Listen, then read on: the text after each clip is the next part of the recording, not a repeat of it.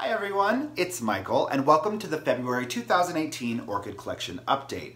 I am so excited because there are so many wonderful things happening in my collection right now. You guys, there's a lot of orchids in bloom, there's a lot of orchids that are just starting to spike, there's orchids in bud, and I keep thinking to myself that it is still winter. So if this is how things are going during winter, how are things going to go during spring? It just seems like the possibilities are so limitless right now. So I think I have a lot of beautiful blooms to look forward to, and that just tickles me pink, so I'm just thrilled. So that being said, let's do what I do every month. We'll talk through my system, we'll discuss if anything has changed. We will walk through the apartment so I can show you spatially where all the orchids are located, and then we will talk through the plants one by one.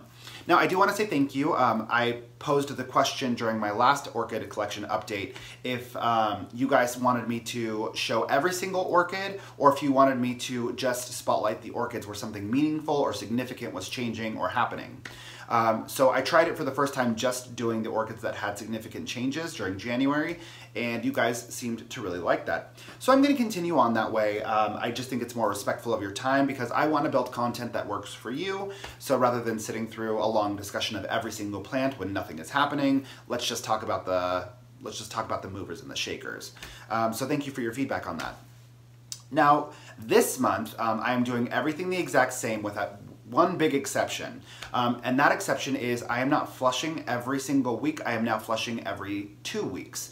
So ordinarily my watering system consists of taking my orchids to the sink, I flush them with tap water all the way to the top, let the water drain out of the drainage holes, dump out the excess water, and then fill the water reservoir with nutrient solution or distilled water depending on the plant's need.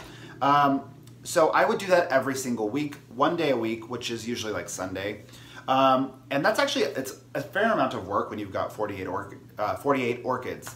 So one of the big lessons I've been learning lately is the less I handle my orchids, the better they seem to do. They want to be left alone. They want to just do their thing.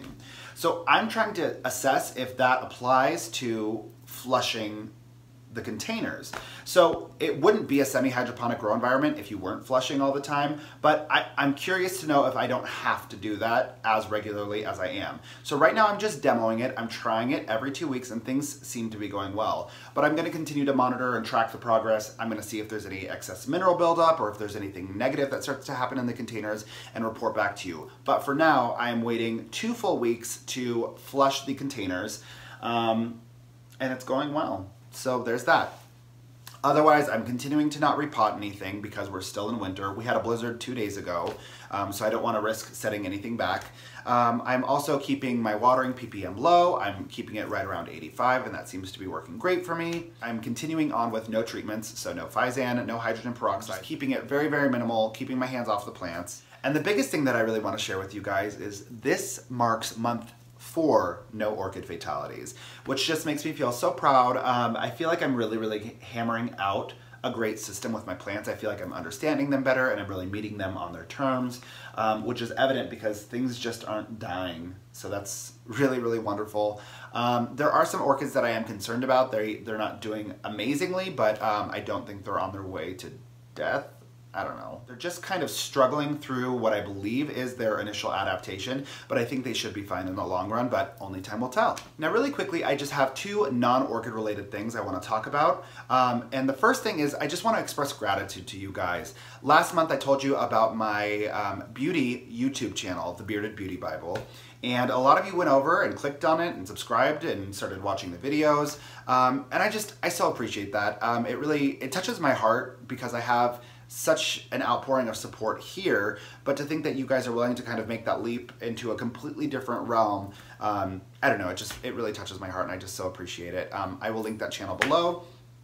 And the last thing I want to tell you is I am going on a honeymoon, so I will be gone for just a short while. Yes, I did marry my husband a while ago, but we never got a chance to go on a honeymoon. Our work schedules wouldn't permit it and we couldn't afford it at the time, so we've been saving our pennies and we're finally gonna go. So I will be gone for just a short while. Don't worry, I will be back with plenty of time to create more content in March. So you'll be hearing a lot from me, but I'll be off the radar for just a little bit. So I just wanted to give you guys a heads up about that. Now let's go through the apartment. I'll show you where the orchids are and then we'll get started talking through them one by one. All right guys, I'm gonna do this as efficiently as possible. Over here I've got my Cymbidium. Over this way I've got a lot of different ones. I've got Paphs, phals, Nellie Eiler, Lycaste, Epidendrum, Encyclia. I have another path. I've got my Ludicea discolor. Down here is the dormancy corner, so I have my Catasetum types as well as my Eulaphia petersi. Over this way, I have my seedlings. So these are the Epidendrums, and down here I've got the Encyclia tampensis. Up here, I have my Degarmowara, a Bulbophyllum, Ascocenda, Epidendrum, and Cattleya. Down here, I've got my Spathoglottis, Bulbophyllum, Mini Cattleya, Purple Blue Hawaii, Dendrobium. Over this way, I have my Psychopsis, Wilsonara, Banfieldara. Up here, I've got my Phragmipedium, my Maxillaria Tenufolia, another frag. I have Dendrobium, my Maltonia Sunset, and that is my adorable little Oncidium Twinkle. The blooms are finally starting to fall after being repotted. Continuing over to the other room, let's go over this way. In this little window corner over here, I have a division of number 4, that's an Oncidium. I also have my Oncidium Pacific Wild West. I always say this name wrong, but you can see it's starting to spike. We'll talk more about that in a moment. Over in this corner, I've got Oncidium, Zygopetalum, Degarmowara. I've got my Zygonesia, as well as my Alisara.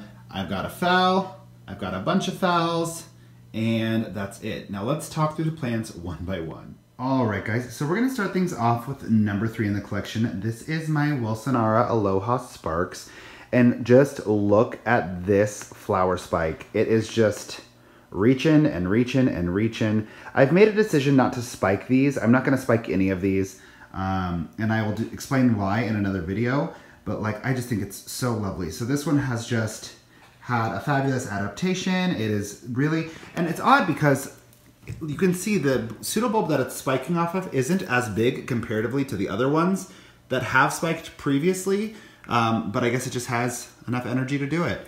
So I just am very, very proud of that guy. So crazy. Moving on to number 7 in the collection. This is my Dendrobium nobile to my kids. Now, I talked a little bit about this when we were talking about bringing it out of winter dormancy, and it did have 2 buds, but for whatever reason, one of the buds blasted. This one has now developed insanely quickly, and you can start to see the pigment coming through. It's going to be lovely white and purple, but that is going on there, but it just seems to be doing really, really well. It's now receiving a full reservoir of plain distilled water. I'm not going to give it any nutrient solution, at least until spring, but it is coming out of dormancy really, really well, and you can see it has one new growth right there. Let's see if I can get it to focus. And it has one that is already peeking its head well above the container. So this guy seems to be doing really well. Now we're gonna move on to number 8. This is my Mystic Maze Banfieldara. And it looks like not a whole lot's going on, but I'm gonna try to do this as gently as possible because I certainly don't wanna damage it. If I take you in right into here, you can see, look what's right inside. Can you guys tell? It's spiking. So that's really wonderful. So this one has a spike on the way. Now we're gonna move on to number 16. This is my Dapper Dots Nicolasa Tavares hybrid Catasetum. And look at, it's so weird. So this one, I put out this new growth on the left, which it just died off, never put down roots. And then I put out this one here, and that one is now starting to really, really put down roots. And then I don't know if you can tell, but right at the base of that new growth, there's another new growth. It's not a root tip. That one on the bottom is actually another growth. So I don't know what's gonna happen there. Now on the opposite side, the same thing is happening. You can see this guy is just starting to develop the new growth. Its roots are starting to go down towards the medium. So this one is one that I'm gonna have to repot very, very soon. I actually wanna get it into a different container, first of all. And then the second thing I wanna do is I actually want to put some Osmocote into the potting medium, because look at the distinction in size between the old growth and the newer growths. These ones came in really, really small. They're super healthy and obviously putting out new growths. But that said, I still think they could do a lot better if they have more water and more nutrition. So I'm not gonna overdo it because I certainly don't wanna burn the roots, but I am gonna put some Osmocote into the leca and see how that impacts their growth. Now we're gonna move on to number 20. This is my Bulbophyllum Ambrosia. And it's so interesting because it did nothing for the longest time, but then all of a sudden out of nowhere, this new growth popped up and it is just accelerating and developing so quickly into its own little guy. which is super cute. And then at the opposite end of this string of growths, it appears to be growing another new growth. So that's really, really wonderful and positive. So cute. Over this way, we have number 25 in the collection. This is my Epidendrum Green Hornet. And this one hasn't done much of anything. I've been super concerned about how, as they rehydrated, the pseudobulbs rehydrated after their transition, they started to split. But I'm not doing anything about it yet. I think when spring comes around, I will give it a hydrogen peroxide treatment. But look at the base here. It has a brand new growth, which is a really positive sign. This one has a new growth as well. So things seem to be on their way. The root system, you can see, is quite well established. Especially when I tilt it, you can see. So I just think it needed some time to get its roots fully integrated into the system, and now it's just doing great. The exact same thing applies here with my Aloha stellar, because look at the new growth poking through now that it has a root system. There's one new growth right there, and then there appears to be another one coming in right at the base down here, which is so cute. So this one's doing really well. I don't know if I'm gonna see a flower spike from it this spring, but I really hope I do. And now on to number 28. You guys all know it and love it. This is my Cattleya Purple Blue Hawaii Mini. It's so, so darling, and I've described this one as the orchid that just can't be stopped.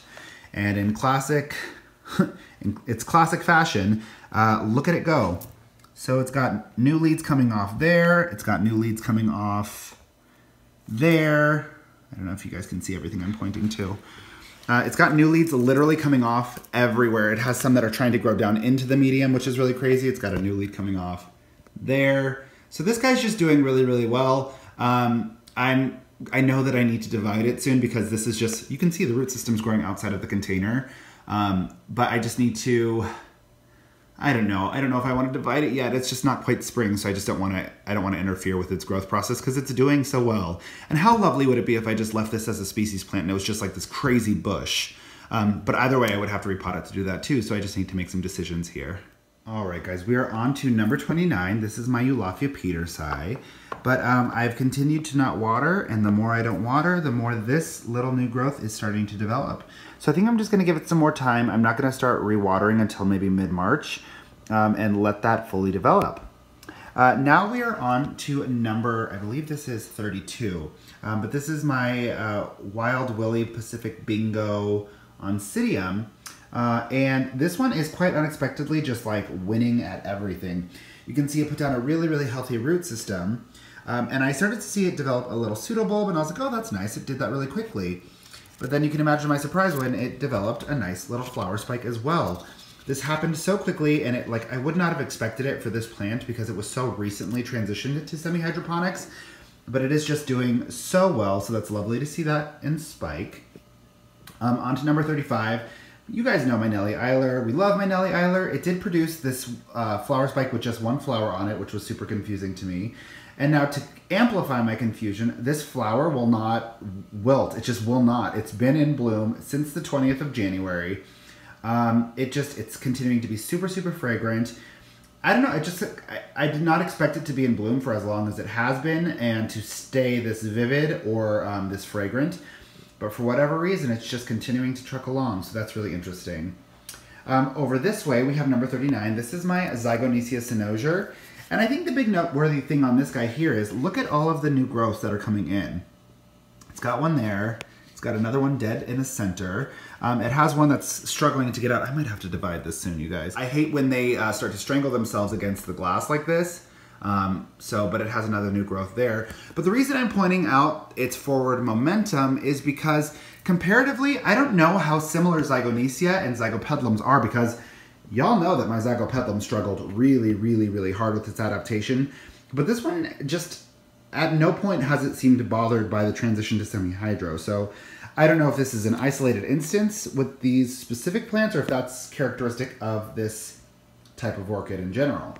So I just wanted to share that with you. Over this way we have number 42. This is my Spathoglottis plicata, and this is one that I just continue to worry about a lot.